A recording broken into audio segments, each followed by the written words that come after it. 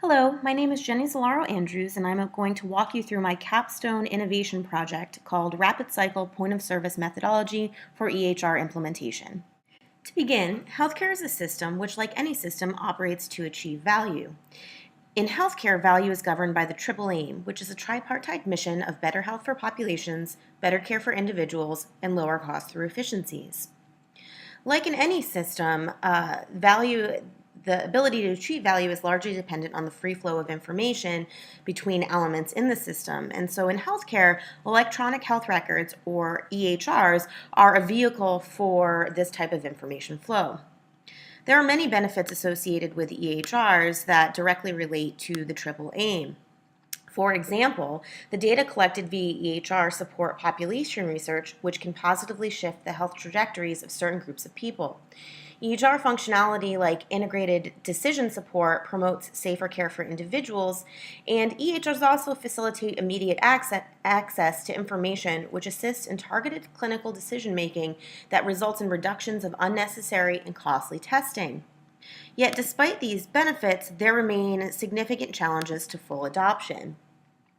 For example, most people report excess time to implementation, a reduction in productivity at go live, and feel that training inadequately prepared them to use the system in a real training environment, in a real clinical environment.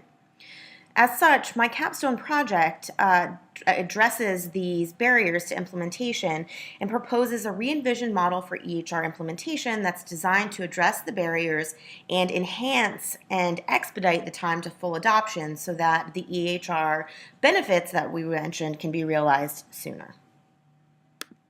The concept of my methodology emerged from my own experience in implementing an EHR.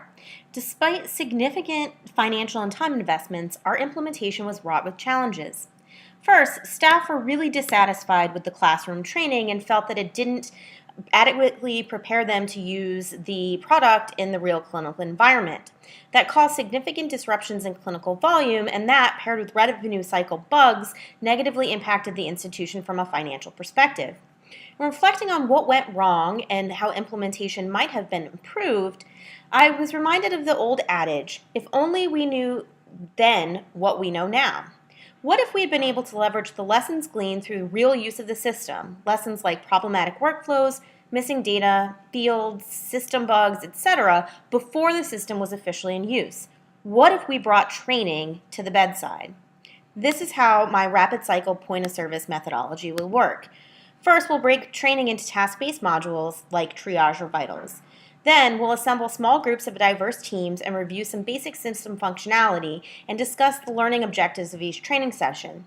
Teams that will then be deployed into the clinical environment where they will observe real clinical interactions and document what they are observing into a test system.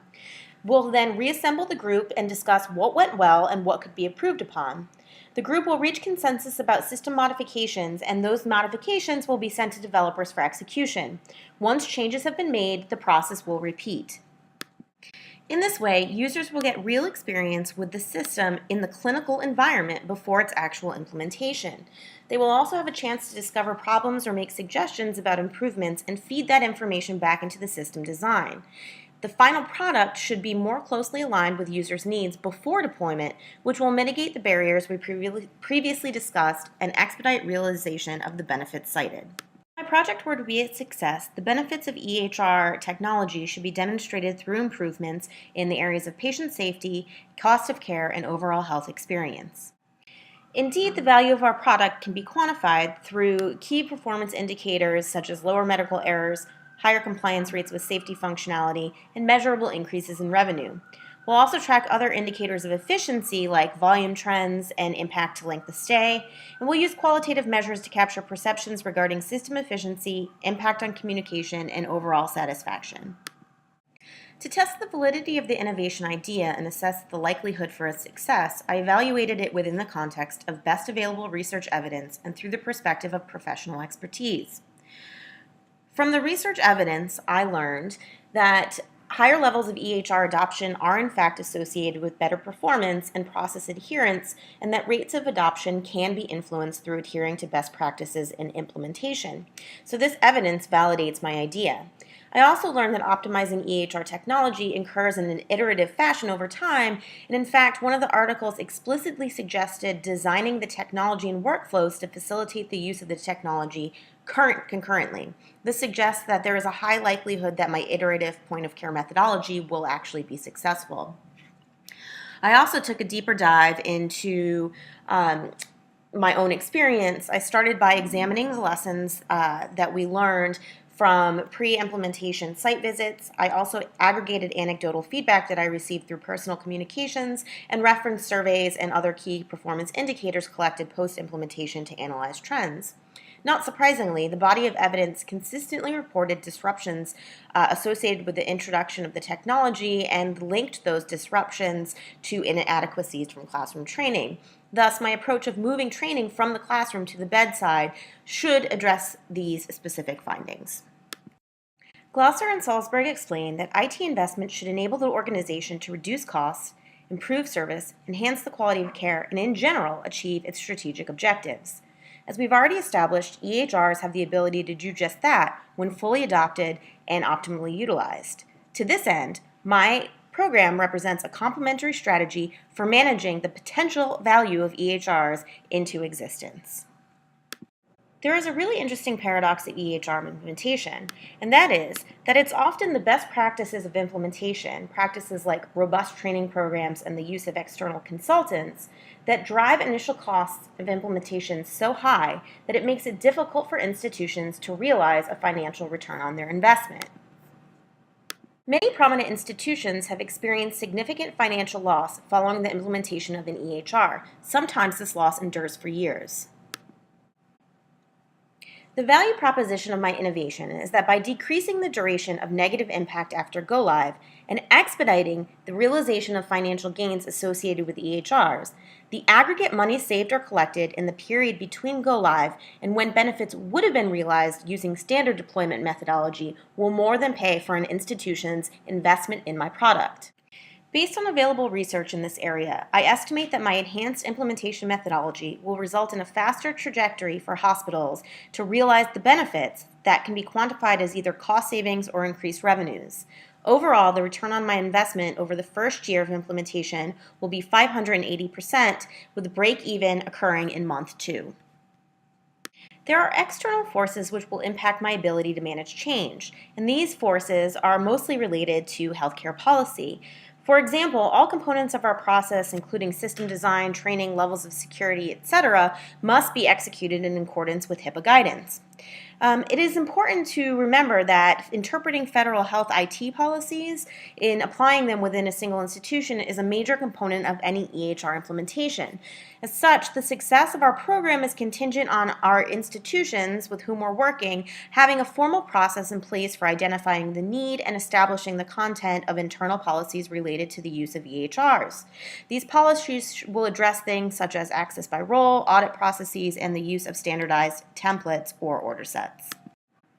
There are also internal forces and barriers within which I must navigate in order to shepherd my innovation into existence. To do this, I will apply principles of systems theory, change theory, complexity leadership theory, and innovative intelligence or innovative leadership. Leaders provide a framework for worker ownership and participation by using process tools and techniques and leveraging group dynamics and emergence thinking. Core values include valuing diversity, seeking out and leveraging the influence of the leaders who rise among the ranks because they are verbally involved, they're informed, they seek others' opinions. It also involves acknowledging that expertise lives at the point of service and shifting, delegating decision-making power to those people. This promotes trust and sets an expectation of innovation. In innovation leadership, teams offer a coalescence of different perspectives in order to promote new ideas. Members of these teams are ultimately the same agents that promote sustainability as they embrace innovative processes and continue to apply innovation processes to other areas of the organization. Complexity leadership theory tells us that it's a role of the leader to help the front line do the work that they need to do to address adaptive challenges, or those problems which challenge their fundamental beliefs.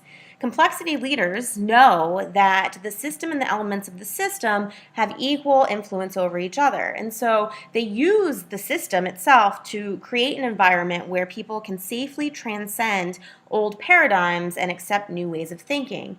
They do this through supporting risk taking, ensuring appropriate resources, inviting the opinions and wisdom of those people who are perceived as naysayers, and by valuing an open culture.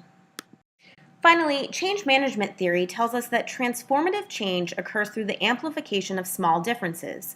In this way, we only need to live the change authentically for the change to be sustained. In doing this, we are also imprinting innovative thinking into the very fiber of the organization. In summary, EHRs represent a highly valuable IT investment when deployed in such a way as to maximize benefits and mitigate the common pitfalls. My implementation methodology helps institutions realize the benefits from their EHRs as soon as possible and positions them to translate EHR value into financial gain. To do this, I will help members of organizations at all levels embrace new paradigms related to education, risk, and hierarchy. These paradigm shifts will not only facilitate the successful application of my methodology, but will forever transform the way the institution deals with change. Thank you.